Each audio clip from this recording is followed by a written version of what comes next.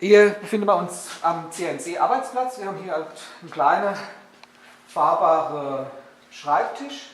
Dieser Schreibtisch ist ausgestattet mit 2 Bildschirmen und einem Computer, der vernetzt ist mit der CNC-Maschine. Hier kann man dann Programme vorbereiten und dann über das Netzwerk kann man dann hier an den Bearbeitungscomputer gehen. Ein Werkzeugschrank mit den verschiedenen Werkzeugen, die hier in Schubkästen untergebracht sind.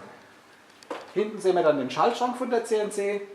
Darüber ist nochmal ein Aufbewahrungsschrank für verschiedene Zubehörteile, auch für die CNC.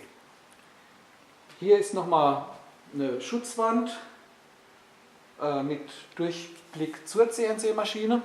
Und kommen wir jetzt mal direkt zu der Maschine selbst. Die Steuer- und Starteinheit, wo man festklemmen kann, wo man dann die einzelnen Bearbeitungen starten kann. Die Maschine selbst sieht man da hinten. Das ist also eine 4-Achs-Maschine mit unten Aggregaten und oben nochmal ein 8-fach-Wechsler.